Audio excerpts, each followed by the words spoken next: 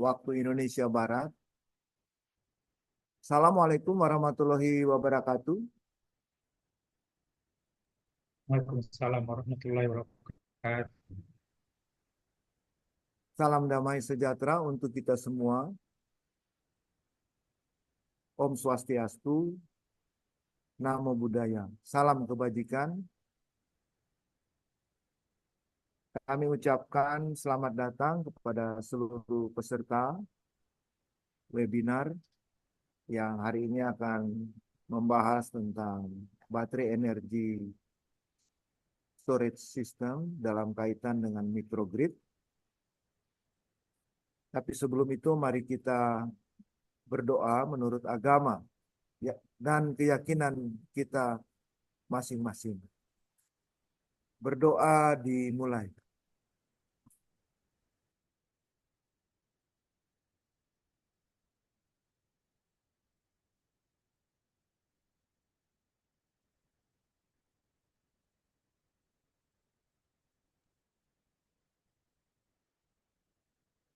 Berdoa selesai, dilanjutkan dengan pemutaran video lagu Indonesia Raya dan akan dilanjutkan dengan himne Universitas Indonesia.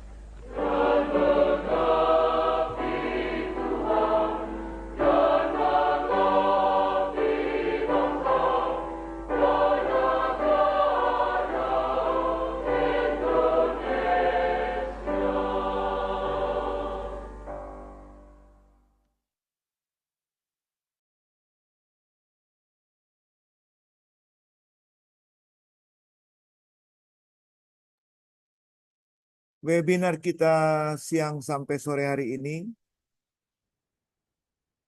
akan dibagi dalam 3 sesi. Pertama pemaparan dari narasumber, kemudian diskusi dialog antara narasumber dengan panelis yang sudah tertentu.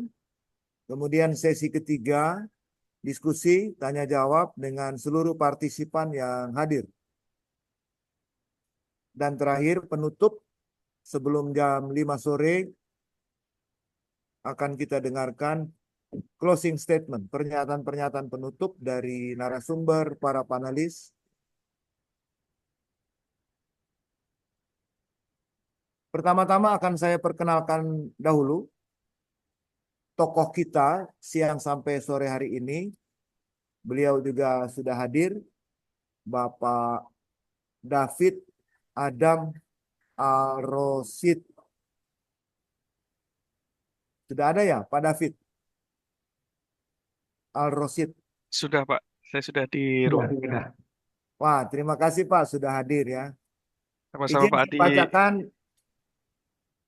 Adi. bacakan ini riwayat hidup singkat, lahir di Sleman 14 Maret tahun 1989. Masih muda sekali ini, baru 25 tahun ya Pak ya. Iya, Pak. 10 tahun yang lalu. Ya, beliau menempuh pendidikan dasar, Junior High School atau SMP di Surakarta, Sekolah As-Salam. Kemudian sekolah menengah atas di Surakarta dan juga di Amerika, Oregon, USA. Sekolah As-Salam juga. Kemudian masuk Universitas Gadjah Mada Jogja tahun 2008, lulus 2014. Lalu terakhir menempuh pendidikan Magister of Electrical Engineering di Universitas Indonesia. Pencapaiannya banyak sekali nih sejak tahun 2007 sampai 2024. 2007 mengikuti nih First International Robotic Competition di Washington, USA. Kemudian 2012 National PLC Competition ITB. Dan tahun 2021 bring company to the first megawatt peak scale project. Dan tahun ini melakukan breakthrough first microgrid project with VSG capability in Indonesia. Pengalaman kerja sejak tahun 2021 di PT Huawei. Banyak ini proyek-proyeknya ya. Kalau saya bacakan semua maka waktunya akan banyak tersita.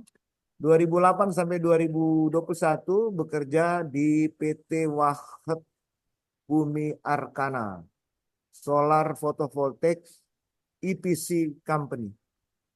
2017-2018 Electrical Engineer and Solar PV Specialist di PT Purifer Sejahtera Indonesia.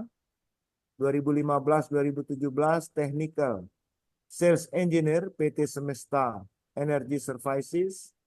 Sebelumnya di PT Cakra Manggilingan Jaya. Dan tahun 2012 di PT Coca-Cola Bottling Camp Indonesia. Banyak sekali mengikuti training and workshop dan skillnya juga banyak. Mulai dari AutoCAD sampai bahasa Arab juga bisa beliau. Jadi pendek kata narasumber kita ini sungguh kompeten untuk membawakan topik the role of BESS, Battery Energy Storage System, in integrated microgrids towards a net zero emission target. Sekarang kita dengarkan sambutan dari pembina Kagatrik UI. Bila sudah hadir, dipersilakan Bang Jarman. Silakan Bang.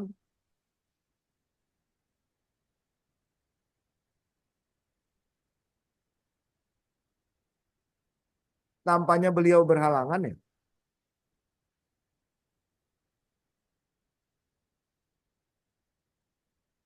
Jadi kita lompati saja. Sekarang kita dengarkan sambutan dari PT Huawei Indonesia, Direktur Microgrid, Bapak Hendra Wens. Dipersilakan Pak Hendra Wens.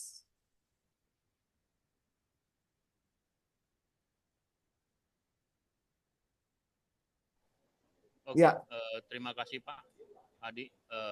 Selamat siang dan salam sejahtera yang saya hormatin Bapak Dr. Insinyur Adinda Franky Nelwan selaku Ketua Umum Kagatri UI, Bapak Joko Raharjo, Bapak Sumaryadi, Bapak Amin Raharjo, Bapak Edison Sipahutar, Bapak Noval Jamal Lulail. Ya, pertama sekali saya ucapkan puji syukur kepada Tuhan Yang Maha Esa atas kesempatan yang telah diberikan. Ya, untuk topik ini sangat menarik karena kita tahu bahwa sekarang ini pemanasan global menjadi isu yang sangat kritis karena tidak hanya dialamin ya atau menimpa bangsa Indonesia sendiri ya. Akan tetapi sudah terbukti telah banyak kejadian di banyak kota ya dan desa, cuaca yang semakin tidak terkendali, semakin panas ya. Hampir semua belahan dunia telah menerima impact dari global warming ya. Sehingga apa yang terjadi sekarang, suhu menjadi lebih panas, badai lebih sering terjadi ya, peningkatan tinggi air laut dan kepunahan spesies yang ada di bumi ini. Untuk itu, diperlukanlah tindakan yang nyata dengan melakukan transisi energi konvensional ya, ke energi yang terbaharukan atau lebih dikenal green energy. Nah, saat ini teknologi green energy masih terus berkembang untuk menjadi lebih praktis, lebih efisien. Dan Indonesia telah melakukan transisi dari energi konvensional ke energi terbarukan atau green energy. Ya.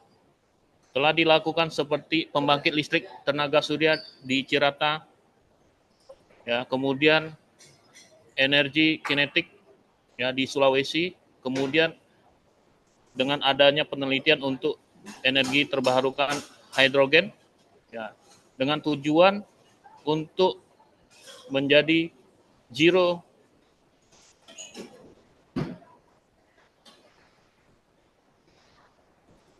untuk menjadi zero emisi di tahun 2060. Itu menjadi target seluruh negara.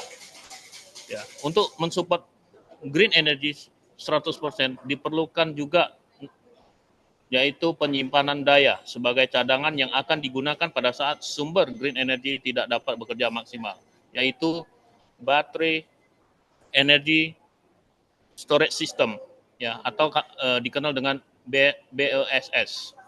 Oleh karena itu, dari Huawei sejak tahun 2013 melakukan penelitian riset sehingga kami dari Huawei dapat melakukan pengembangan teknologi untuk mensupport green energy untuk microgrid solution sehingga Huawei dapat menjadi bagian dari Indonesia dan dunia untuk menuju zero emisi. Terima kasih, Pak. terima kasih Pak Hendra Wens. Saya kira Wenas ini dari Manado, ternyata bukan ya. Baik, kita di Kagatrik, Pak, seminarnya ini serius, santai, sampai tujuan. Tapi sersan satu. Sekarang kita masuk ke sesi pertama, pemaparan dari narasumber yang akan dipandu oleh sahabat saya, Bapak Eka dari Studio Salemba. Silakan Pak Eka. Terima kasih Bang Adi. Baik, Bapak-Bapak semua, untuk tidak memperpanjang waktu, silakan Pak David Adam untuk memulai presentasinya. Baik, terima kasih Pak Eka atas waktunya. Terima kasih Pak Adi. Terima kasih Pak Hendra sudah menyempatkan waktu untuk menyambut acara ini juga. Eh, baik, izin untuk share screen. Hari ini saya sedikit akan memperkenalkan solusi dari eh, manufacture ya untuk terkait dengan renewable energy ini, role dari BSS di integrated microgrid ini. Jadi biasanya rekan-rekan yang ada di sini mungkin banyak akademisi gitu, banyak akademisi di mana studinya pasti sudah sangat dalam, sudah sangat dalam. Akan tetapi bagaimana implementasi suatu sistem di lapangan ini menjadi satu permasalahan sendiri dan satu topik tersendiri. Nah, saya akan memberikan sedikit pandangan di sini mengenai implementasi hal tersebut di lapangan. Nah, apakah layar saya sudah tampak, Pak? Sudah jelas. Sudah berubah dan berubah ya, Pak ya? Eh, maksudnya bisa berubah juga, aman, perubahan halamannya. Jika sudah saya lanjut. Jadi carbon neutrality ini sudah menjadi tren di seluruh dunia sebenarnya. Tidak lagi menjadi hanya sebagai seperti halnya fashion atau ini tren, tapi ini sudah menjadi movement atau campaigns. Karena di seluruh dunia juga sudah mulai menggalakkan ini. Ada lebih dari 379 perusahaan sebenarnya yang sudah join RE100. Artinya apa? Mereka berkomitmen untuk menggunakan 100% energi gitu. Bahkan jika kita ini berpikir hanya terjadi di luar negeri, ini tidak juga. Bahkan di Indonesia beberapa perusahaan itu sangat-sangat berkomitmen terhadap ini. Beberapa pekan lalu kami berkunjung ke salah satu perusahaan gitu, pabrik Pocari seperti Otsuka. Gitu. Mereka cukup ambisius di mana mereka berusaha untuk mendapatkan net zero emission itu sebelum tahun 2030. Jadi diharapkan di tahun 2025 atau bahkan 2026 mereka 50% suplainya menggunakan renewable energy. Bahkan di sektor-sektor seperti pertambangan itu juga menerapkan hal yang sama. Vale, eh, mining seperti itu. Mereka sangat berkomitmen untuk menerapkan 100% zero energi, apa namanya 100% renewable energy untuk net zero emission. Ini menjadi suatu tren yang cukup baik gitu. Akan tetapi jika kita melihat apa sih dampaknya terhadap eh, business as usual saat ini. Jadi bisa kita bayangkan energi renewable sekarang salah satu yang paling murah dan paling mudah skalanya untuk dipasang itu adalah smart PLTS ya. PLTS dia bisa as low as 5 sen per kilowatt hour dan apa namanya eh, skalanya pun bisa bervariasi dari skala yang kecil 2 kW, 3 kW, 1 kW eh, hingga gigawatt scale. Yang mana kita tahu juga sumbernya itu juga intermittent.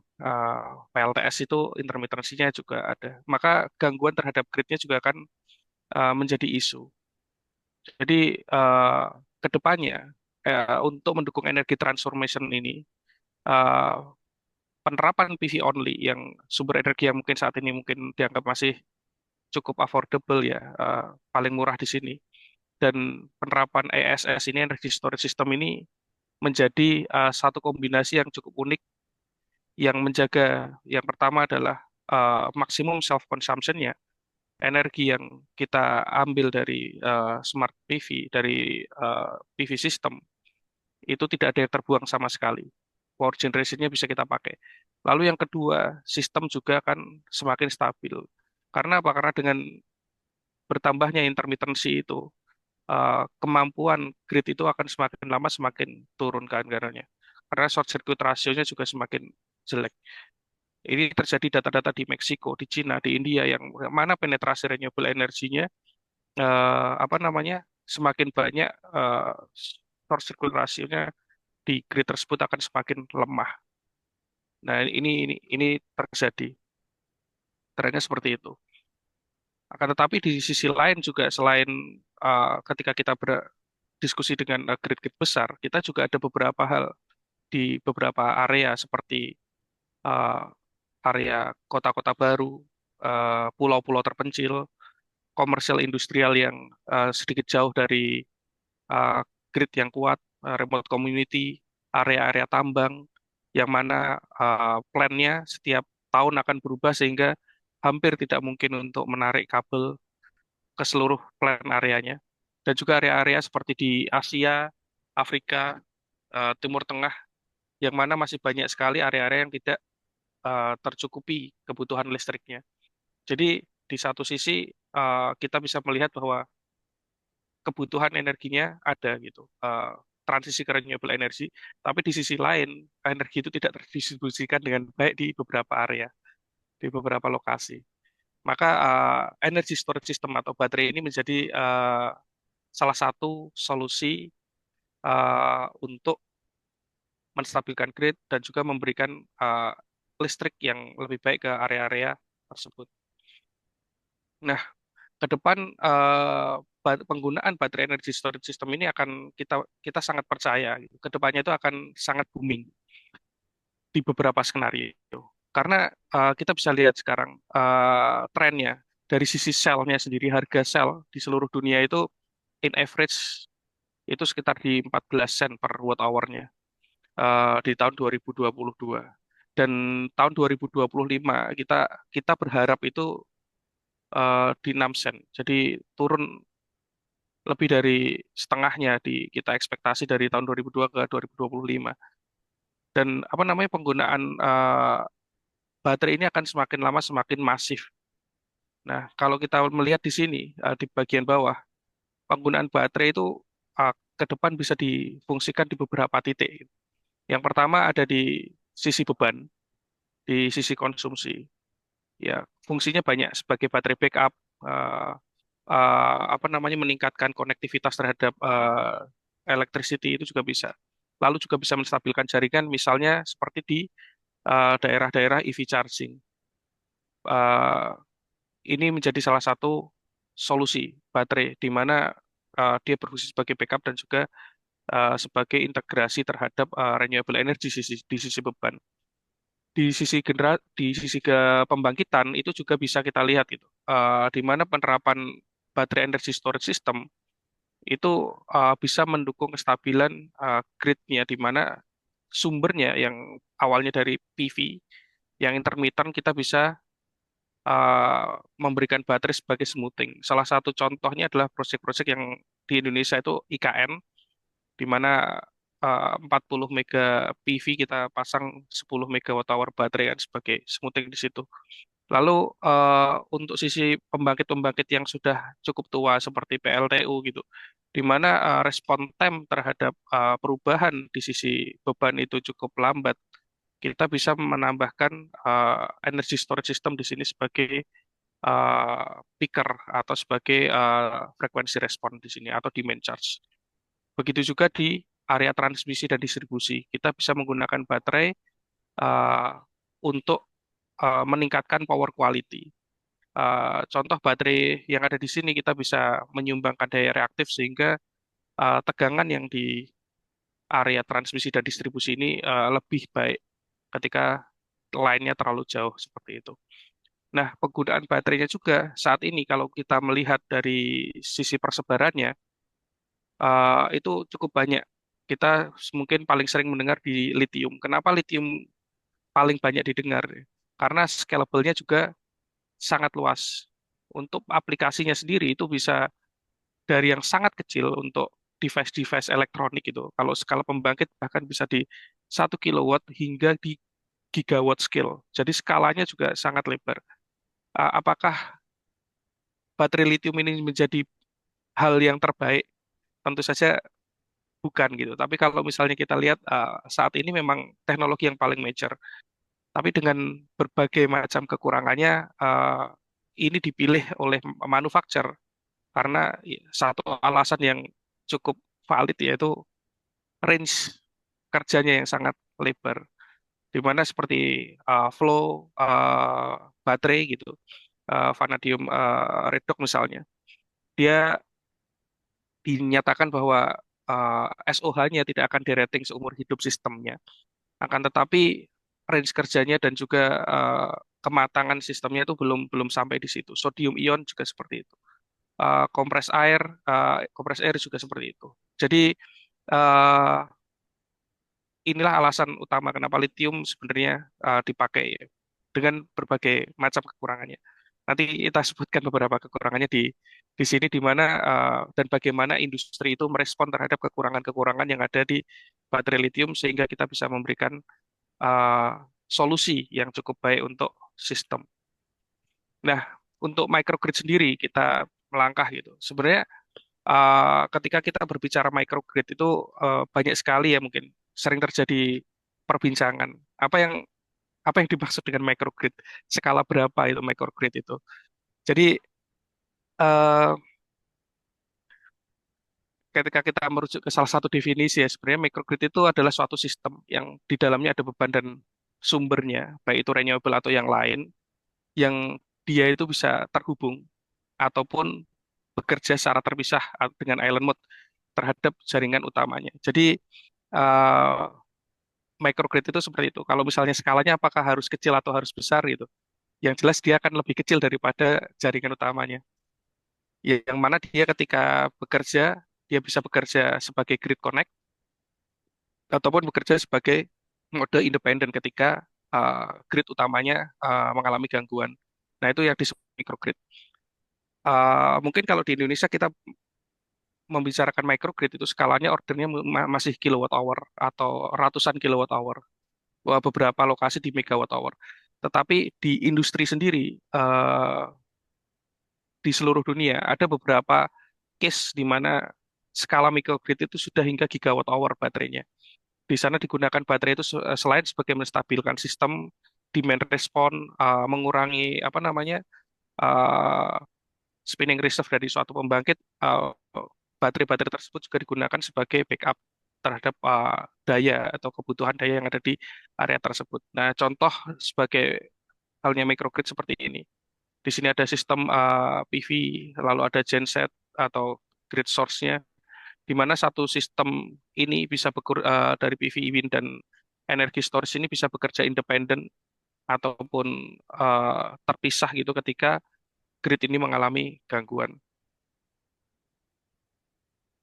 Nah, untuk aplikasinya sendiri di energi storage system, di dalam suatu sistem apa namanya distribusi listrik itu ada beberapa hal. Yang pertama adalah maksimum self consumption ini yang sering digunakan di microgrid, istilah microgrid di Indonesia, di mana fungsi utamanya yaitu untuk meningkatkan konsumsi atau penetrasi renewable energy di dalam satu sistem. Tetapi ada beberapa hal lain yang bisa kita gunakan fungsi dari BSS itu. Yang pertama, yang kedua selain sebagai maksimum self consumption adalah sebagai peak shifting. Nah, dia kita isi gitu, source-nya dari energi yang lebih murah dan kita discharge ketika menggunakan energi yang mahal di peak hour-nya. Nah, ini menjadi salah satu solusi peak shifting atau time of use. Lalu fungsi yang lain adalah sebagai demand charge. Baterai itu juga bisa kita gunakan menjadi demand charge. Misalnya di sini ada pembangkit yang mana eh, memiliki kapasitas cukup besar, tetapi load-nya itu intermittent. Di mana di ketika peak hour-nya ini, load bebannya mengalami beban puncak. Ketika beban puncaknya hanya terjadi beberapa saat. Akan tetapi beban puncak harus dipenuhi setiap saat, kan akhirnya spinning reserve-nya cukup tinggi. Nah, pembangkit seperti PLTU itu akan mengalami kesulitan karena rem rate-nya itu cukup lambat. Nah, dengan energy storage system di mana dia sebagai peaker, respon time-nya itu bisa millisecond terhadap beban. Sehingga pola operasi demand charge ini kita bisa menggunakannya untuk mengurangi uh, biaya pembangkitan dengan mengurangi biaya spinning reserve yang ada di atasnya. Lalu ke depan kita juga melihat bahwa adanya mobil listrik yang cukup banyak. Bayangkan sekarang di industri itu sudah ordernya ratusan kW. DC charging itu bisa 300, 400, bahkan ada yang 600 kW.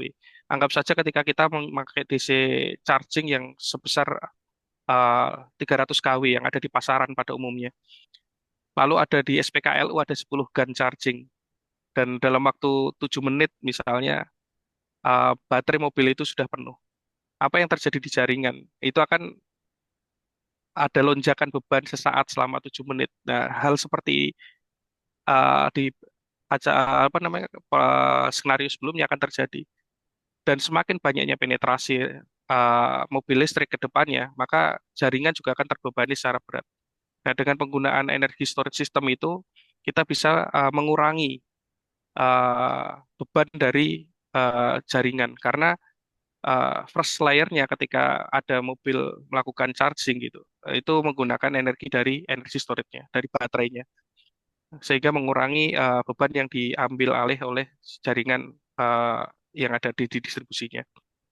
Lalu yang kelima ini ada peak dan frequency regulation. Nah, beberapa apa namanya pembangkit sekarang memiliki kemampuan grid forming atau PSG gitu dan bisa digunakan sebagai auxiliary service untuk menstabilkan eh, frekuensi di sisi jaringan.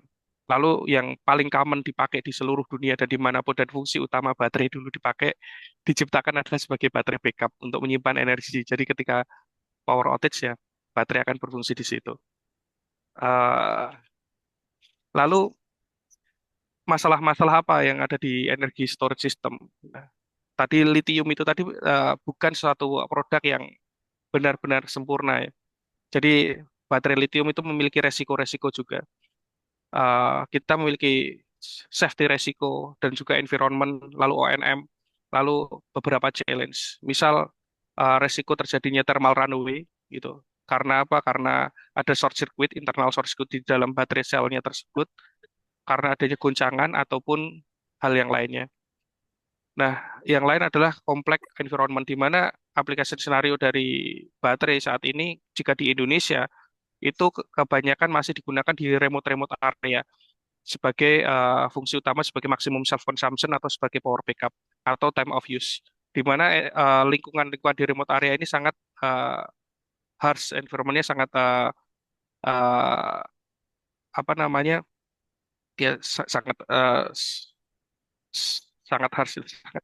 Nah, di situ di mana ONM juga akan menjadi kompleks dan susah, dan baterai juga akan mengalami kerusakan karena misalnya corrosion levelnya cukup tinggi karena terlalu dekat dengan laut gitu kan, dan atau mungkin areanya terlalu panas, terlalu berdebu dan lain sebagainya, sehingga uh, baterai lithium tadi juga tidak bisa bekerja dengan baik karena baterai lithium ini cukup sensitif terhadap temperatur. Beda sama flow baterai yang bekerja di kondisi apapun dia terjaga di suhu ruangan ya. Lithium ini sangat sensitif terhadap temperatur.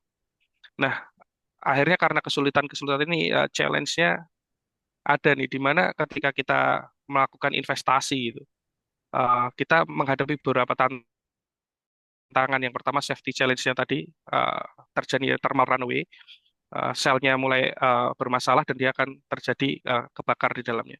Lalu benefit challenge di mana karena kompleks environment, baterai tersebut mengalami derating yang cukup besar. Ya kita bisa mendapatkan shortcut effect gitu. Seakan-akan kita misalnya punya pembangkit 10 megawatt hour tetapi baterai 10 megawatt hour tetapi ada beberapa area yang leakage gitu.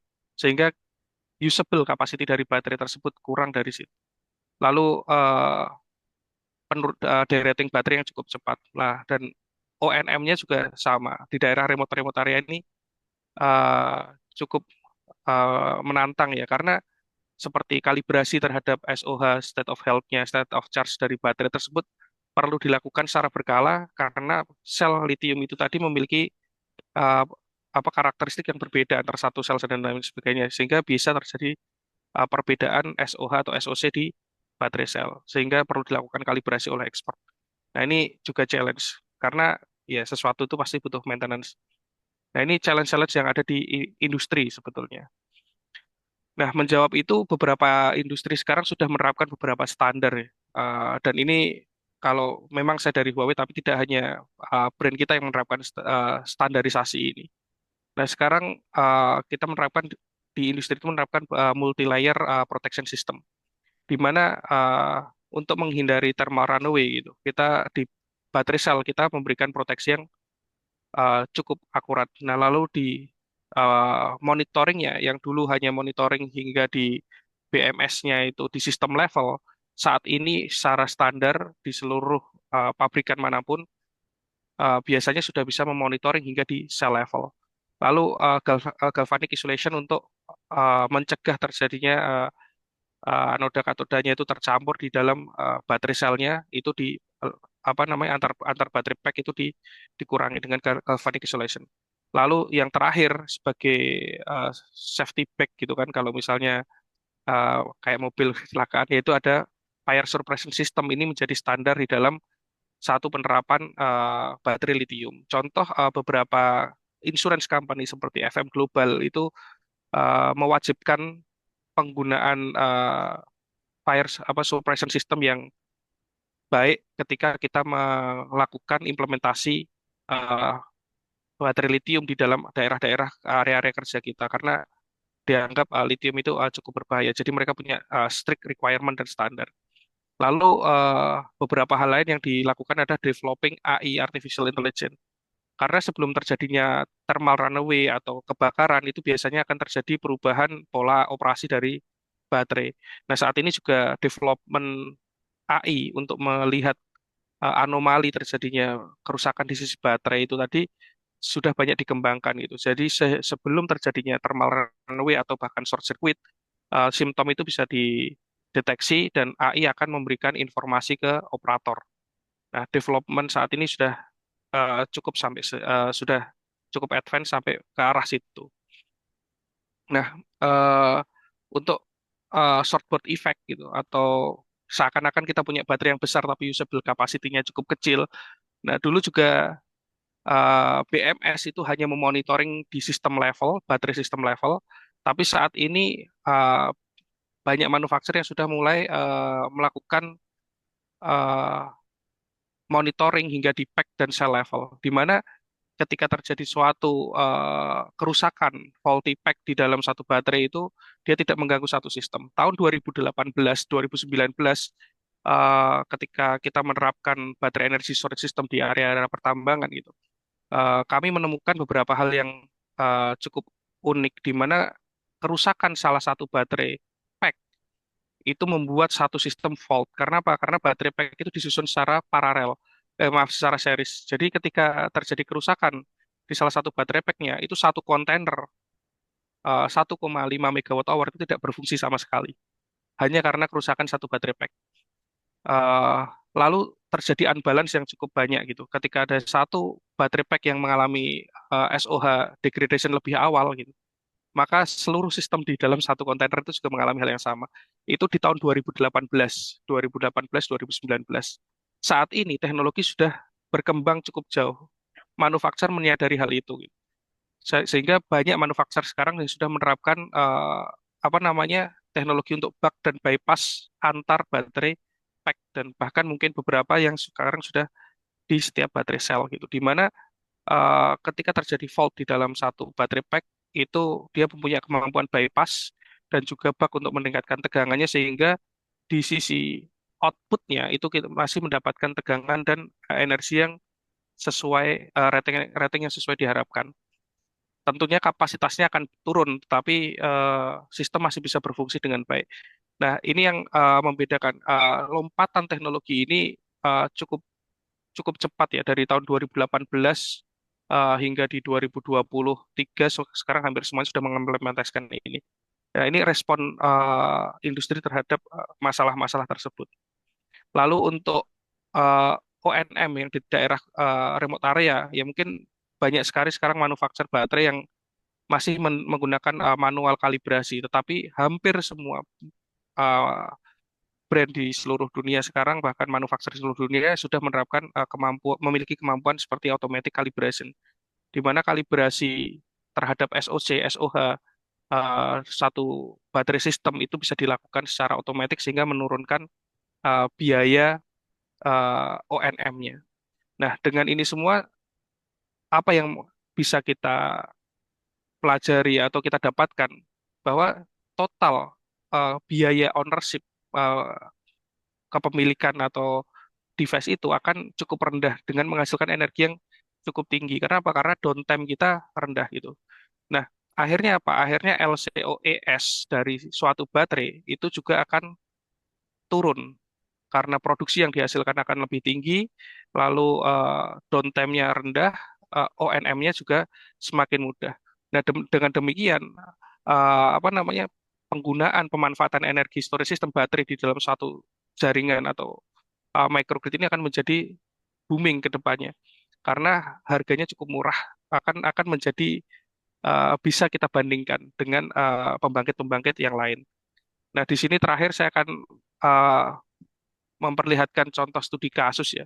Jika kita membandingkan LCOS suatu sistem itu terhadap uh, genset gitu. Penghitungan LCOS itu sebenarnya sederhana sekali, seperti kita menghitung LCOE, levelized cost of electricity.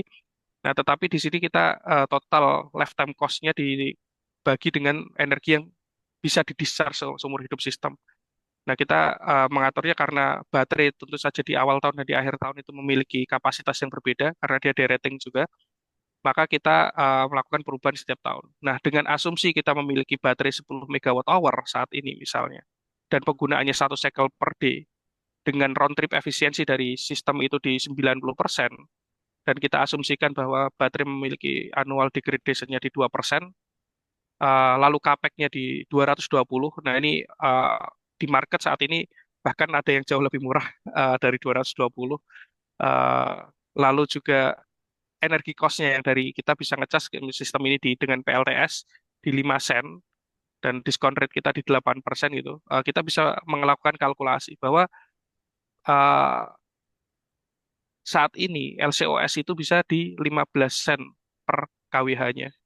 Nah, jika kita bandingkan dengan suatu sistem microgrid yang pure DG, pure genset, yang mana harga LCOE mereka di 30 sen per kWh atau mungkin lebih di remote area, maka kita bisa melakukan total LCOE ketika kita mengkombinasikan antara baterai sistem renewable energy PV ataupun wind itu dengan genset. Dengan asumsi bahwa penetrasinya 40 dari energi storage, 30 dari diesel dan 30% dari PV direct, kita bisa reduce yang sebelumnya pure DG only gitu. Kita bisa mengurangi apa namanya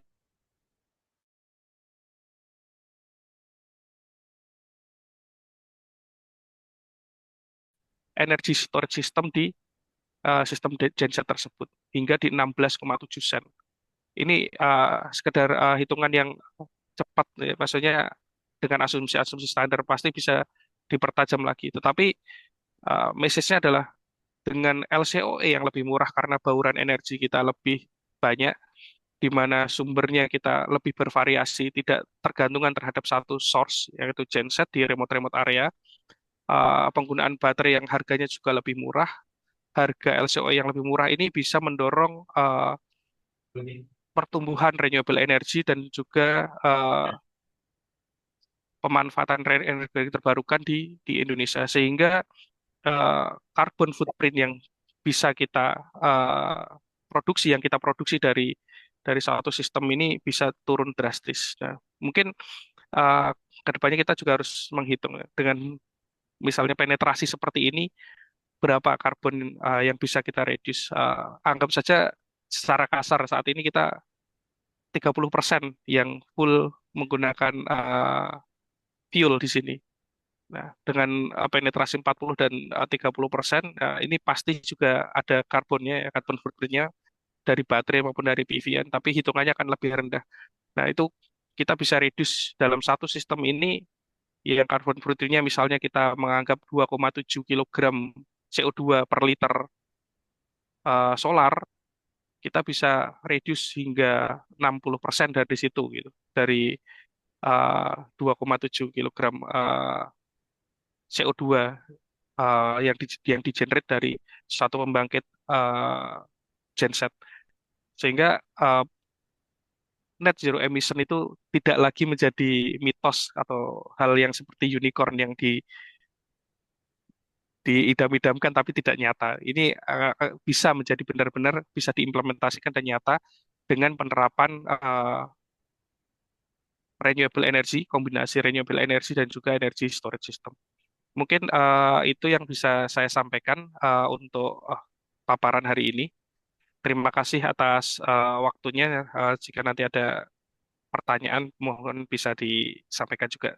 Kita serahkan lagi ke Pak Eka. Ya, Terima kasih Pak David Adam Al-Rosid.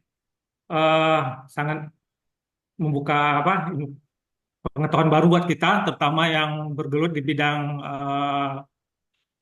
energi terbarukan. Baiklah, Bapak-Bapak semua, sebelum kita mulai tanya jawab dengan panelis, kita akan break sejenak. Silakan, operator.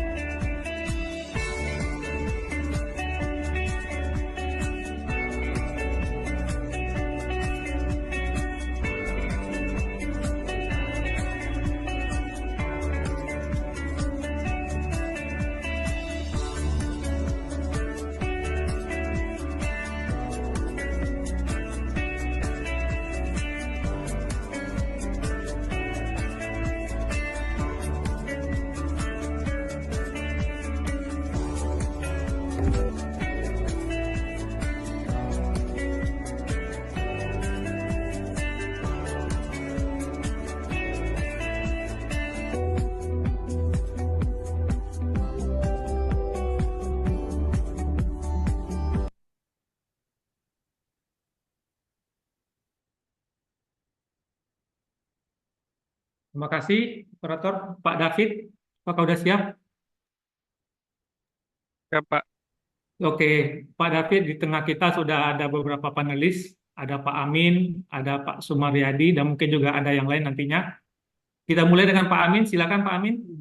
Oke, terima kasih. Kedengaran nggak suara saya? Dengar, Pak. Kedengaran Pak, tapi mungkin lebih diperkeras Pak, atau Oh ya, didekatkan diperkeras. alatnya Pak. Oke, ya. Oke, terima kasih. Ya, cukup keras. Ya. Oke, Pak David, terima kasih atas penjelasannya. Ya, sekali lagi ini ya. Ini kalau bicara tentang BESS ini kan komponen utama adalah baterai ya. Kemudian tadi sudah disampaikan dalam aplikasinya ya BESS itu bisa diaplikasikan di sisi pembangkit, sisi transmisi atau penyaluran dan sisi konsumen. Nah, yang jadi pertanyaan saya apakah spesifikasi tekniknya itu sama ya. Jadi sama antara yang di sisi pembangkit dan sisi penyaluran atau di sisi konsumen. Itu yang pertama. Yang kedua, mungkin Huawei ini memproduksi apa? Apakah sistem base-nya, apa baterai atau apa? Kemudian apakah ada sudah standar tegangan baterai? Ya, apakah untuk di base dan sebagainya. Jadi karena ini masalah ketersediaan nanti baterai di pasar gitu ya. Jadi kalau seandainya ada penggantian baterai dan sebagainya ini ada standar nggak dan sebagainya. Kira-kira standar baterai. Terus kemudian base ini juga tidak lepas dari peranan daripada konverter ya. Nah, itu konverternya apakah juga harus kompatibel nggak dengan baterainya? Kira-kira itu dulu pertanyaan saya. Terima kasih. Terima kasih Pak Amin. Silakan langsung Pak David dijawab. Ya, terima kasih Pak Amin atas pertanyaannya. Jadi ada 3 pertanyaan yang saya tangkap. Yang pertama, apakah baterai yang digunakan di sisi pembangkit beban dan juga distribusi ini sama? Yang kedua, apakah sudah ada standar untuk baterai capacity itu, yang sehingga kita mudah melakukan replacement di kemudian harinya. Yang ketiga, apakah eh, Huawei sebagai manufaktur ini tadi memproduksi apanya gitu kan? Oh, berarti 4, Pak. Memproduksi apa di dalam satu base ini? Yang keempat, apakah eh, apa namanya baterai Huawei itu kompatibel dengan controller? Jadi ketika untuk menjawab pertanyaan pertama, Pak, eh, spesifikasi baterai yang ada di sisi pembangkit beban maupun di sisi distribusi itu tentunya berbeda. Eh, Baterai ini juga kalau misalnya kita bilang secara sisi baterainya, maaf, secara baterainya itu sama. Mungkin akan mirip-mirip saja kita bisa menggunakan LFP atau NMC dan lain sebagainya untuk di sisi lithium. Tetapi eh, setelah dari baterai tersebut, ya, Bapak menjawab pertanyaan yang keempat sekalian, itu di sisi PCS-nya, power conversion system-nya, ini yang menjadi satu isu atau permasalahan. Apakah baterai sistem tersebut bisa bekerja sebagai eh, sesuai yang diharapkan di pembangkit-pembangkit. Izin saya share screen. Nah, di sini kalau kita secara gampang ya Pak ya, kita bisa melihat di sini otomatis ya, misalnya demand charge ini kemungkinan penggunaan baterai di sisi pembangkit. Peak and frequency regulation juga kemungkinan akan digunakan di sisi pembangkit atau di sisi distribusi. Nah, 2 hal ini tidak akan bisa dilakukan dengan baik ketika sistem baterai energy storage system itu tidak memiliki kemampuan yang sama dengan pembangkit yang digunakan pada umumnya. Nah, baterai sistem ini harus memiliki kemampuan VSG atau Virtual Synchronous Generator, di mana dia bisa mimik eh, generator sinkron pada yang ada di pasaran. Jadi dia membuat inersia buatan gitu Pak di sisi itu. Nah, penggunaan backup power ini kemungkinan akan ada di sisi beban. Nah, kalau ketika backup power ini baterai ini harus memiliki kemampuan untuk memproduksi V dan F-nya kan, frekuensi dan tegangannya. Jadi itu saja sudah cukup. Apakah perlu kemampuan untuk grid following atau PQ. Eh, itu belum tentu gitu. Karena ada kemungkinan kita tidak membutuhkan kemampuan sistem yang bisa memiliki kemampuan grid following di dalam sistem backup. Tetapi maksimum self consumption, nah ini ada di sisi pembangkitnya juga. Nah, ini kemungkinan besar dia harus bisa sistemnya itu melakukan grid forming di sini. Ya, kalau misalnya dia bekerja eh, tanpa grid atau dan juga grid following untuk memaksimalkan konsumsi dari PLTS. Misal pabrik, kita punya pabrik yang cukup besar, PLTS-nya ada excess power, karena kita tidak boleh ekspor daripada kita dump, kita masukkan excess power itu ke ke baterai lalu kita gunakan di waktu-waktu yang lain. Nah, ini pasti bahwa sistem harus memiliki kemampuan grid forming. Begitu juga di power capacity expansion untuk mengurangi power capacity expansion di sisi EV charging. Ini sistemnya kan harus baterai tersebut memiliki kemampuan uh, grid following di sini untuk mengikuti grid. Jadi spesifikasi secara sistem itu akan berbeda, tetapi spesifikasi baterainya uh, ada kemungkinan kita masih bisa menggunakan baterai yang dengan spesifikasi yang sama di situ. Lalu yang kedua, Huawei sebagai manufacturer itu kita apakah sudah ada standarisasi, apakah sudah mengikuti standar. Jadi untuk penggunaan baterai energy storage system ini sebenarnya setiap manufacturer itu menggunakan beberapa tipe sel. Yang paling banyak digunakan saat ini adalah di sel-sel yang di 280 ampere hour untuk lithium. Ada juga baterai-baterai yang menggunakan sel ampere hour yang cukup lebih besar lagi di misalnya 320 misal, atau bahkan sekarang ada yang di 380 ampere hour. Nah, eh, sebenarnya sel tersebut eh, ketika kita menggunakan standarisasi yang sama ya pada dasarnya sel tersebut bisa di-replace. Tetapi ketika kita berbicara sebagai manufacturer itu ada beberapa hal yang perlu diperhatikan bahwa eh, apakah sistem penggantian sel itu menjadi hal yang necessary atau tidak. Kalau di Huawei sendiri menjawab pertanyaan ketiga sekaligus itu, kami bukan sebagai sel manufacturer. Huawei bukan sebagai sel manufacturer sehingga karena Huawei core bisnisnya adalah perusahaan IT. Kita perusahaan di power elektronik dan juga IT, bukan di perusahaan metalurgi, bukan perusahaan sel. Kita bekerja sama dengan sel manufacturer untuk membuat sel yang sesuai keinginan kita. Jadi kita sebagai sistem integrator dari baterai. Akan tetapi untuk safety, karena tadi di sini ada beberapa hal yang perlu kita garis bawahi di sisi safety. Uh, nah, seperti terjadinya thermal runaway ketika apa namanya terjadi short circuit, vibration, electrical risk itu ketika penggantian sel, maka Huawei menstandarkan bahwa penggantiannya adalah penggantian pack, bukan penggantian sel.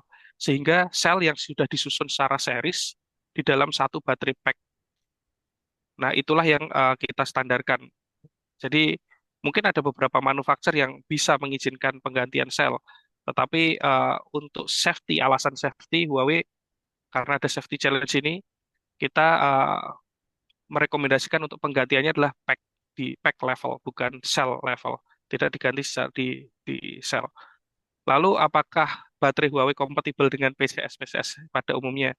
Sebenarnya kita tidak menjual baterai sel. Jadi kita bukan sel manufacturer, kita adalah baterai energy storage system manufacturer. Kita sebagai sistem manufacturer.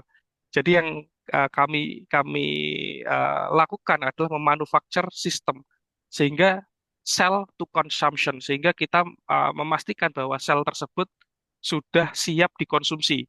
Sehingga yang kita tawarkan adalah full system di mana sel yang sudah kita assembly karena selnya dari manufaktur yang lain eh, hingga siap dikonsumsi di sisi AC.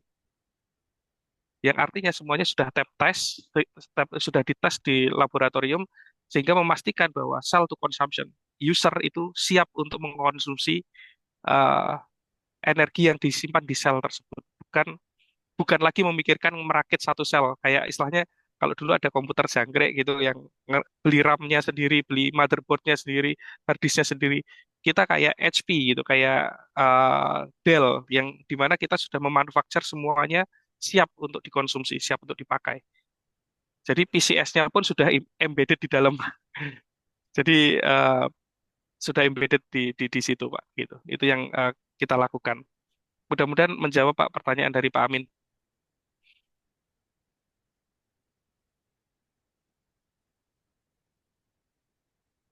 Pak, maaf Pak Pak Amin, Amin maaf, mute. masih mute Pak.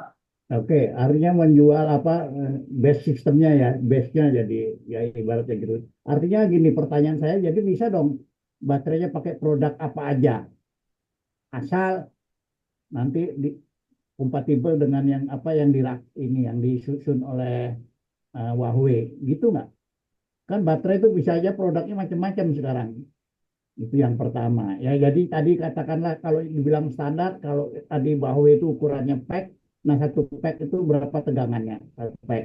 Kalau satu sel itu juga biasanya kan kalau kita tahunya baterai itu kan satu sel 1,5 volt atau berapa. Nah kalau untuk base ini satu sel pengetahuan Anda itu berapa volt?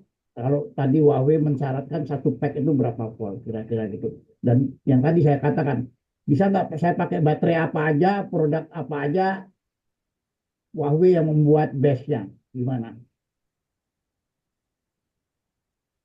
Bisa, jawabannya secara teknis, secara komersial tidak memungkinkan.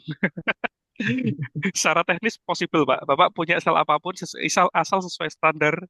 Jadi kita nggak mau jual barang yang apa namanya, yang asal-asalan juga karena ada fire runaway ini yang jadi isu, safety isu. Sel kita milih sel yang kita mau pasang gitu. Eh, Secara teknis itu bisa dilakukan. Secara teknis bisa dilakukan ketika bisnis modelnya sudah terpenuhi, Pak. Jadi misalnya Bapak mau pakai sel apa aja gitu. Ya bisa.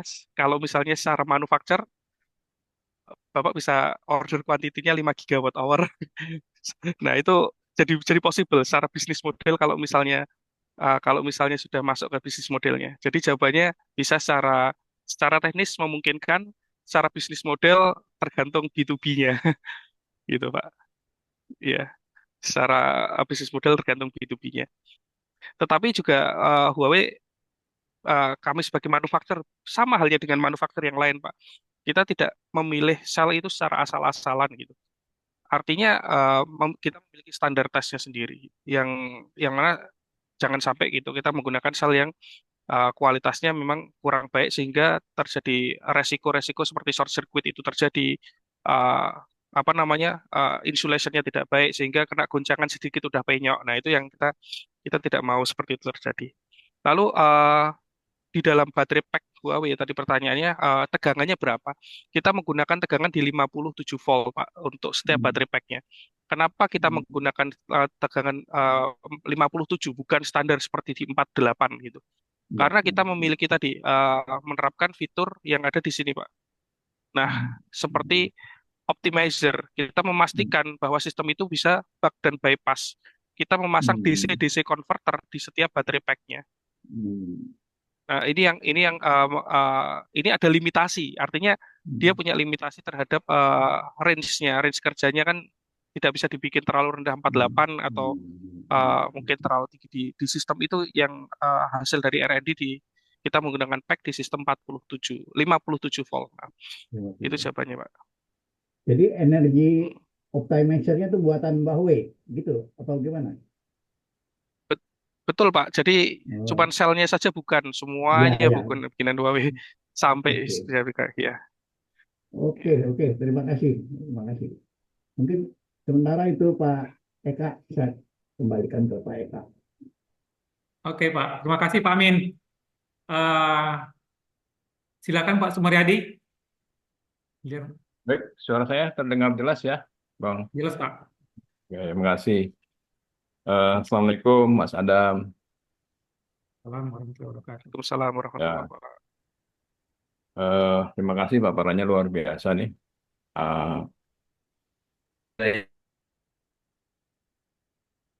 Sistem ya yang ingin diperjelas. Eh, Tadi kan pemasangan BESS itu dengan PV panel kan kebanyakan di microgrid ya. Betul. Microgrid itu eh, kalau yang skala besar mungkin butuh cost yang besar. Nah, sementara kendalanya kan kalau di microgrid itu efisiensi daripada PV panel kan itu masih sekitar 15-an%, itu udah tinggi sekali. Nah, artinya nanti microgrid ini akan juga terintegrasi dengan makrogrid yang besar, nggak bisa sendiri ya. Ya, saya kira itu. Eh, Apakah konsepnya demikian atau memang ini untuk remote area, konsep yang disampaikan dari teman-teman Huawei tadi. Nah, ini terkait dengan cost ya. Cost-nya eh, kalau apa namanya di utility biasanya ketika melakukan investasi dia ada namanya cost benefit analysis. Nah, ini ketika bicara microgrid, kemudian nanti ada tambahannya, mungkin tambahannya adalah pembangkit-pembangkit sifatnya yang apa namanya suddenly yang kayak kayak gas itu ya atau diesel, sehingga ini nambah. Kemudian yang kedua terkait dengan eh, apa namanya menlanjuti pertanyaannya Pak Amin tadi, ini menarik. Ketika apa namanya eh, peralatannya Huawei digandingkan dengan peralatan lain, itu ternyata nggak bisa, harus pakai Huawei sendiri. Walaupun tadi Mas David ya menyatakan bahwa Huawei tidak menjual baterai, tapi baterainya terkunci. Artinya eh, ketika itu terjadi, maka itu menjadi mahal, menjadi apa namanya ketergantungan.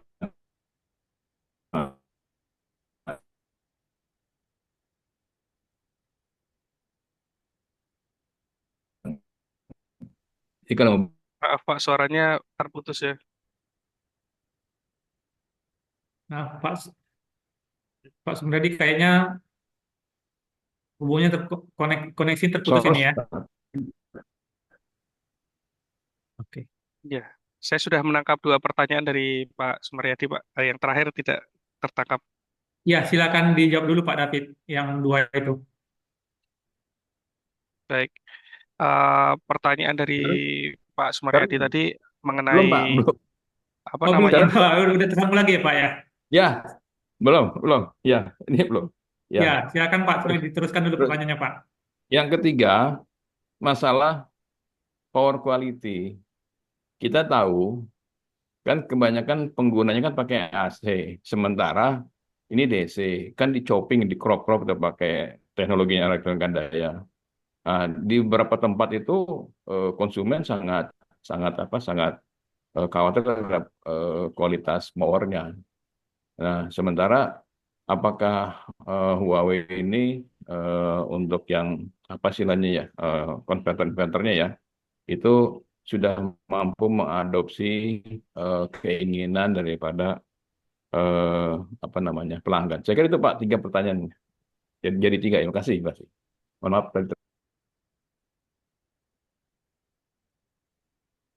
Ya, baik. Eh, Pertanyaan pertama gitu, apakah microgrid ini hanya untuk daerah-daerah terpencil saja atau bukan? Jawabannya sebenarnya tidak, Pak. Jadi kita jawab tadi, microgrid itu kalau sesuai di definisi ini adalah sistem itu yang bisa bekerja secara terhubung dengan jaringan utamanya atau macrogrid kalau Bapak tadi menyebutkannya, atau bekerja independen, island mode. Jadi bisa bekerja di dua model itu. Eh, ini yang kita sebut dengan microgrid secara definisi di sini.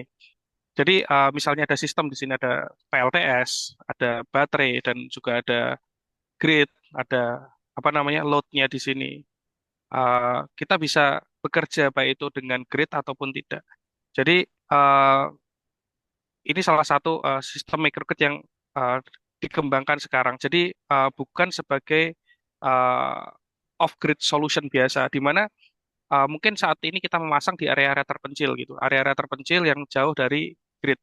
Tetapi siapa tahu 5 tahun lagi, 3 tahun lagi, grid sudah mencapai area tersebut. Maka dia bisa bekerja secara terhubung dengan grid. Sistem itulah yang kita didevelop oleh manufaktur saat ini, sehingga dia bisa bekerja baik itu di mode on grid maupun off grid. Nah, itu. Lalu apakah jadinya mahal gitu karena sistemnya cuma bisa skala kecil atau kalau skala besar mahal. Justru kebalikannya, Pak. Ketika kita menerapkan sistem skala besar, maka secara keekonomian itu pasti akan lebih murah. Ketika membeli suatu barang secara bulk size gitu, itu juga akan lebih murah gitu. Dimana saat ini sebagai contoh gitu, project kita misalnya di Singapura itu 150 megawatt hour. 150 megawatt hour ini secara USD per kWh-nya akan jauh lebih murah dibandingkan dengan sistem yang terpasang di Indonesia yang kapasitasnya mungkin 10 megawatt hour terbesar saat ini atau 1 megawatt hour atau bahkan 600 kilowatt hour.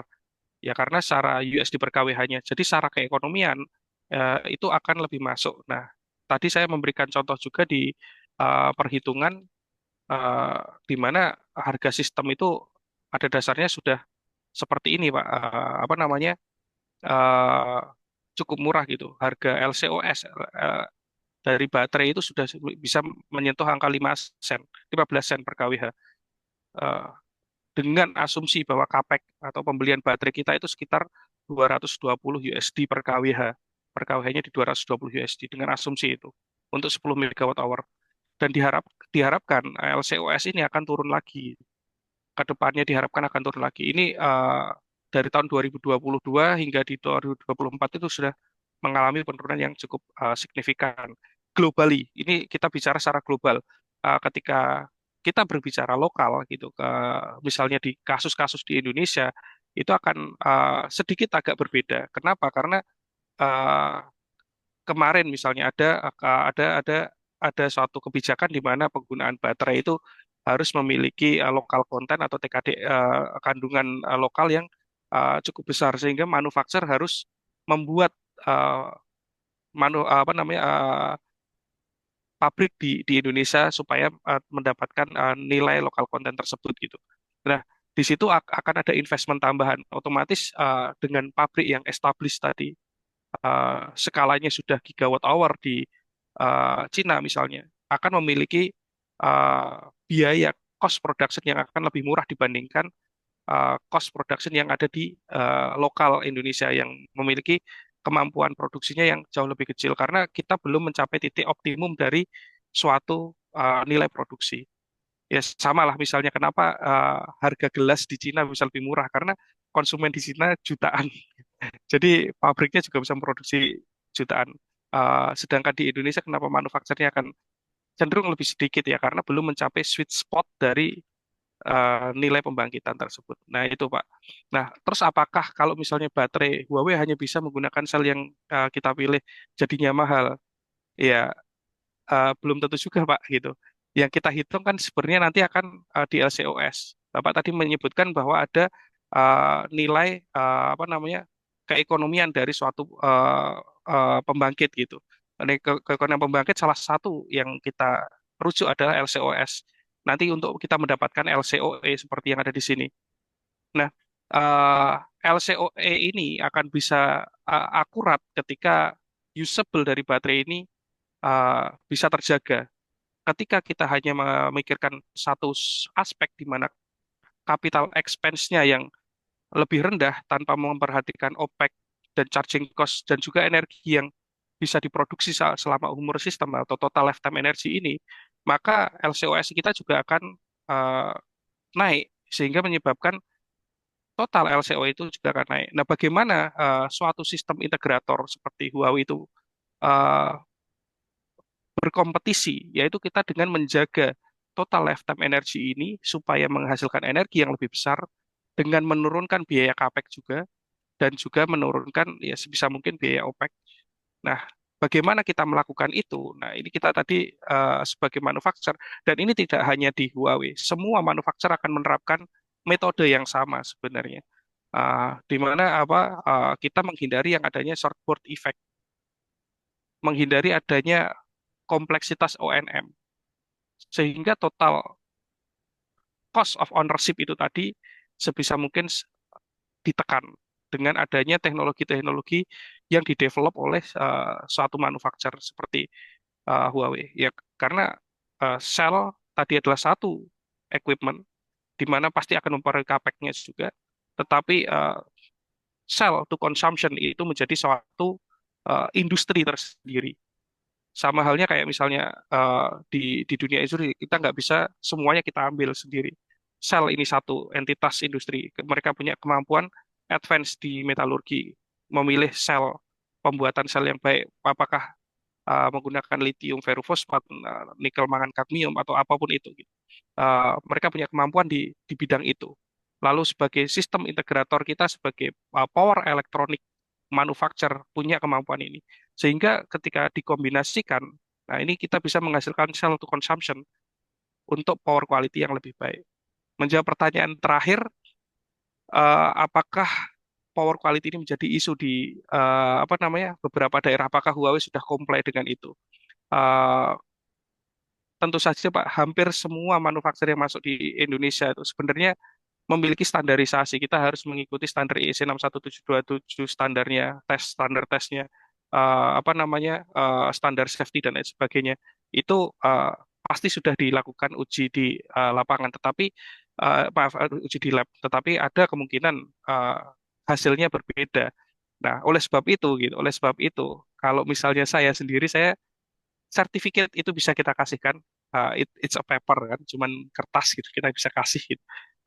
Bagaimana standar ujinya, bagaimana standar safety-nya itu bisa kita kasih. Akan tetapi ada satu hal lagi yang misalnya user bisa bisa pertimbangkan atau orang yang menggunakan teknologi bisa kita pertimbangkan, yaitu kita melakukan proof of concept. Jadi apa sih yang dijanjikan oleh manufaktur itu apakah bisa terlaksana atau tidak. Jadi pembuktian terhadap konsep tersebut. Nah, sejauh ini eh, kita sudah deliver ya Pak, cukup banyak di Indonesia tuh 600 mega.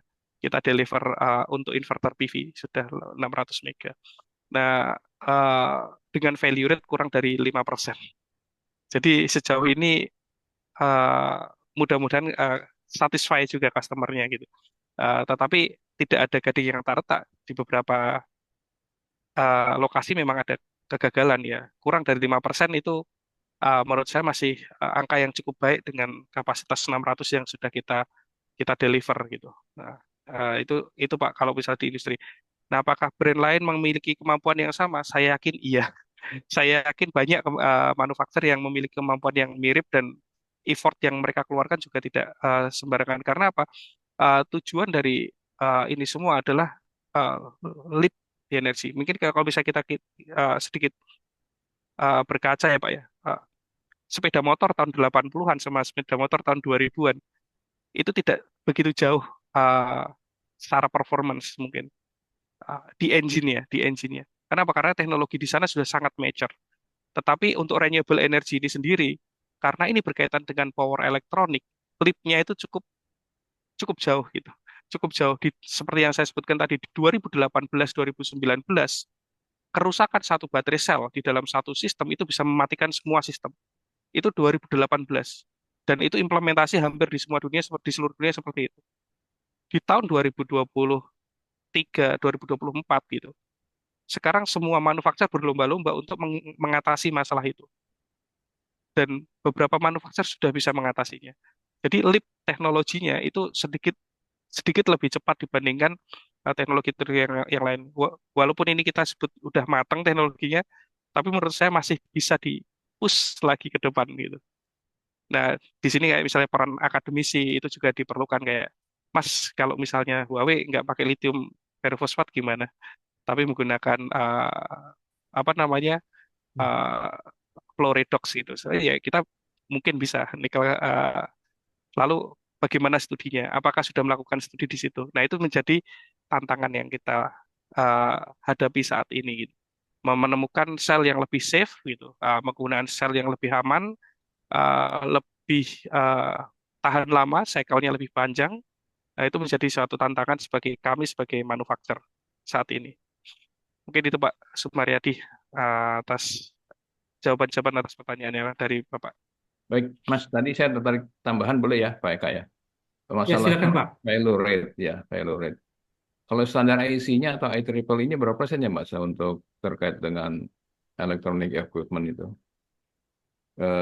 Lalu Nomor jika standarnya. ya jika jika dalam satu rangkaian baterai itu ada yang fail, eh, itu kan berarti R-nya tinggi ya.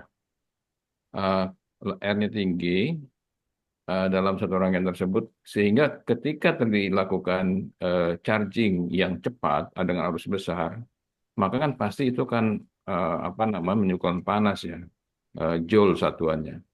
Itu dalam monitoring yang atau sistemnya seperti ini, bagaimana ya mencegahnya itu ya? Nggak sih, Mas? Baik, untuk menjawab pertanyaan Bapak, sebenarnya untuk standar apakah value rate-nya itu berapa, itu di IEC itu saya belum menemukan. Yang saya temukan itu di IEEE nomor 1547, Pak. Nah, di sana menyebutkan bahwa dalam satu energy storage system, baterai energy storage system, itu baterai sel dianggap sudah tidak berfungsi dengan baik ketika SOH-nya 80%. SOH 80%. Tapi itu standar yang di IEE. Akan tetapi manufacturer atau research base atau berdasarkan pengalaman gitu, memang di bawah 80% itu sebagai safety bench-nya lah, sebagai safety bench-nya, bahwa baterai dianggap akan rusak di SOH di 80 gitu. Tetapi di bawah 80, in between 60 sampai 80, baterai tersebut itu masih memiliki linearity yang cukup baik, sehingga tidak mengganggu ke sistem secara terlalu buruk lah. Sistemnya jadi tidak mengaruhi sistem terlalu buruk. Mungkin derating terhadap powernya iya terjadi, tetapi tidak seburuk itu. Nah, di standar IEE berapa 1547 tadi menyebutkan standarnya bahwa sistem disebutkan sudah rusak nih kalau misalnya SOH di apa harus di replace 80% sebagai safety-nya. Tetapi di paper base itu di 60 atau 70% tergantung manufacturer recommendation. Karena setiap manufacturer itu kan tadi sel itu satu sistem, satu komponen. Sel itu bisa menghasilkan discharge power. Nah, menghasilkan tegangan dan arus.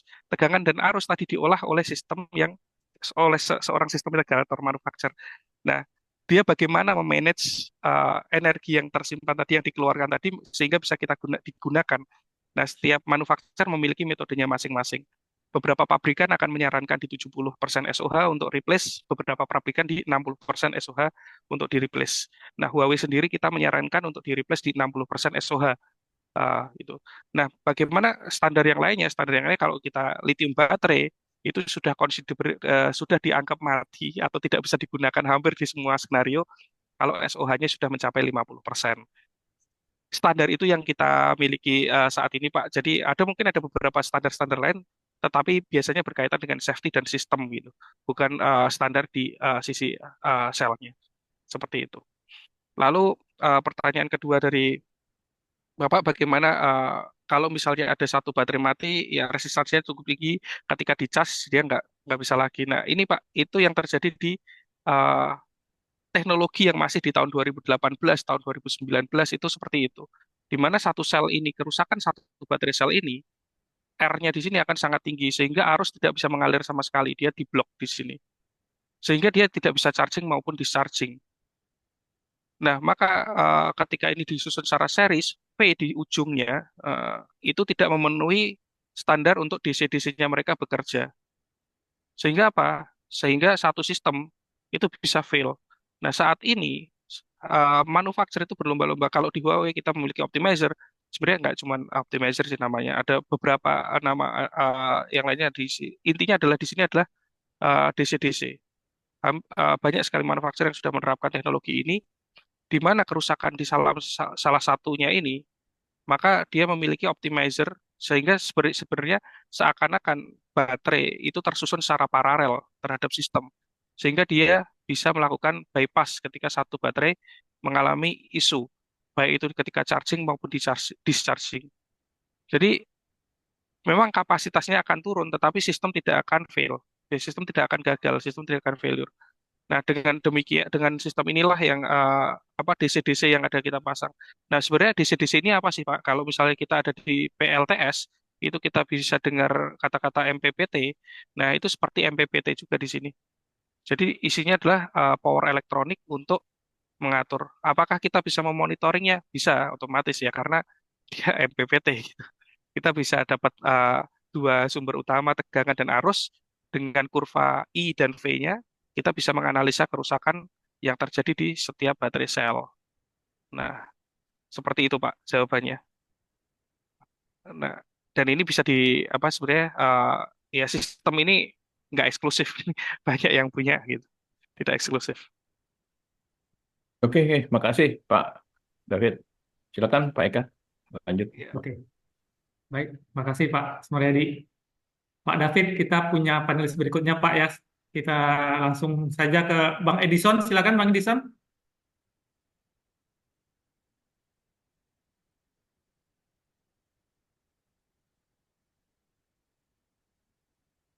Bang Edison masih mute, Bang. Termute itu Pak.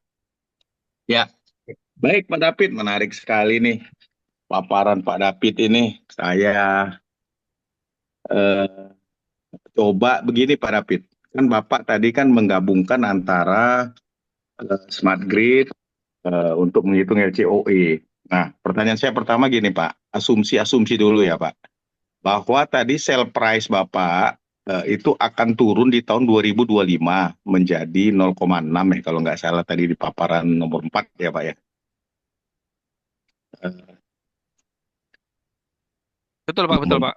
Harga selnya 0,6 sen per watt hour ya. 0, sen per watt hour-nya itu dari 1, sekian ya Pak ya, akan turun menjadi 0,4. Nah, di dalam asumsi Bapak kembali ke halaman 11 ya, yang LCOE. LCOE ini kan ke arah BPP-nya ya Pak ya, biaya pokok produksi untuk per kWh-nya. Nah, ini adalah sen per kWh. Dalam perhitungan itu, apakah asumsinya masih di 1, atau sudah menuju atau di antara sampai 0,6 sell price-nya? Itu dulu pertanyaan saya Pak, Bapak. Kedua, tadi Bapak berasumsi bahwa dalam menghitung total LCOE total, ada kan asumsi Bapak tadi 40% adalah baterai storage ya, base gitu ya Pak ya. 30% adalah diesel generator, di mana 30 sen per kWh, kemudian 30% lagi adalah dari PV ya, dari solar panel ya, 5 sen per kWh. Nah, sekarang kan saya berdasarkan data ini, satu, apakah perhitungan ini bisa kita pakai, misalkan bahwa ada demand yang ingin dia disuplai antara solar panel dan 100% dari base Pak sebagai backupnya, sehingga load factor mereka itu 75% harus terdelivery misalnya gitu ya. Artinya tidak terjadi apa namanya intermittent, di 75% dia fix gitu. Nah, kita anggap aja dia di 10 mega tadi dengan asumsi Bapak. Nah, saya kembali ke rumus Bapak bahwa LCOE totalnya itu adalah 0,40% dikali dengan LCOE totalnya. Kalau seandainya saya tidak pakai 30% diesel, tapi itu saya anggap 70% baterai, Pak. Base. Apakah rumus perhitungan ini masih layak? Dan saya melihat kalau dalam perhitungan ini justru akan lebih murah jadinya dibandingin dengan kombinasi diesel generator. Nah, mungkin itu Pak, mohon pendapat sharingnya Pak. Terima kasih Pak Edison atas pertanyaannya. Yang kedua cukup panjang karena hitung-hitungan, jadi saya cukup mikir, agak lupa dengan pertanyaan pertama. Jadi pertanyaan pertama, mohon maaf diulang Pak, atau saya ini? Sell price-nya Pak, dalam asumsi Bapak yang Oh ya, sell price. 220 itu sell price berapa Ini ya Pak Bapak ya. pakai? Ya. Nah, di asumsi saya tidak mengasumsikan harga sell lagi Pak. Jadi masih dengan harga sell yang tahun 2022 atau Ya. apa namanya di tahun 2025 atau 2024, yang mana selnya di 16 atau 14 sen ya, 14 sen Ya, per WH, per WH. Tapi ini kan harga sel ya Pak ya. ya, Sedangkan yang kita butuhkan adalah sistem cost. betul. Yang kita butuhkan kan sistem cost-nya. Untuk simplicity ngitung, untuk simplicity ngitung. Jadi kalau mau kita perdalam lagi hitungannya ya bisa saja kita hitung dari selnya, sistemnya, cooling sistemnya, fire suppression-nya, standarisasi itu dimasukkan semua kita hitung. Nah, tapi saat ini contoh di pasaran itu in average itu kalau misalnya harga di FOB itu kita bisa mendapatkan harga ini Pak, sistem. Jadi sistem itu sudah siap pakai. Jadi sel yang sudah Oke. tersusun Hmm. dan lain sebagainya. Jadi udah ada cooling system dan lain sebagainya. Harga sistem sudah di sini untuk simplicity gitu. Jadi harga selnya berapa ya? Asumsinya adalah dengan masih harga di tahun 2024 karena di tahun 2025 kan kita masih berharap nih selnya jadi 6 sen per watt hour. Ya, Nah, apakah bisa tercapai atau artinya enggak Pak kita David, belum tahu. artinya cost-nya sudah cost bukan di 2022 ya, sehingga secara sistem dia menjadi lebih murah Iya, dibanding tahun 2022 gitu ya. Nah, 2025 diharapkan betul ini sistemnya base-nya akan menurun gitu ya. Baik. menurun. Terus Mungkin ya, kita berharap mungkin di 190 atau mungkin di 200 gitu kan kita tidak tahu ya Pak ya. ya, Harapannya ada di sini, harapannya masih masih ekspektasi gitu. Jadi itu jawaban pertama. Jawaban kedua, apakah apa namanya eh, rasio ini menjadi fix gitu? ya. Ini rasio ini tidak fix Pak. Yang Oh, fix kita bisa menggunakan asumsi ini, asumsi LCOE, asumsi LCOS dan total LCOE ini rumusnya untuk menghitung any type. Jadi ini adalah sebenarnya metode paling mudah sih Pak untuk menghitung apa namanya eh, biaya LCOE. pembangkitan listrik ya LCO ini salah satu pendekatan paling mudah gitu menggunakan Ya, ini. Jadi ketika nanti apakah persentasenya ini kita anggap di 30 gitu untuk baterainya di 30% dengan asumsi dengan 30% friksi dari energi storage kita bisa mendapatkan CAPEX yang lebih rendah gitu kan Pak di sini ya, karena mungkin kita tidak menginstal 10 megawatt hour. Apakah ya. kita bisa mendapatkan sen per kWh yang lebih murah? Bisa Ya. Pak sebenarnya. Eh, Itu bisa dilakukan. Nominal 40, 30 dan 30 ini tidak fix, tapi ini cuman paparan saya yang mau saya tekankan di sini adalah dengan melakukan kombinasi LCOE S dari storage, dari PV dan juga dari DG, kita itu bisa menurunkan LCOE dari sistem total. Karena apa namanya 30 sen kan per kWh harga harga ya, diesel. harga apa dieselnya asumsinya Ya. seperti itu atau bahkan mungkin lebih. Saya menemukan beberapa lokasi itu di 40 sen Hmm. per kWh-nya untuk harganya. Nah, Ya, yang mau saya tekankan di sini adalah dengan total LCOE menerapkan mix energy use ini, kita bisa mendapatkan lebih rendah nilai LCOE yang lebih dibandingkan. baik. Nah, dengan Ya. ini kan jadi sebagai bisnis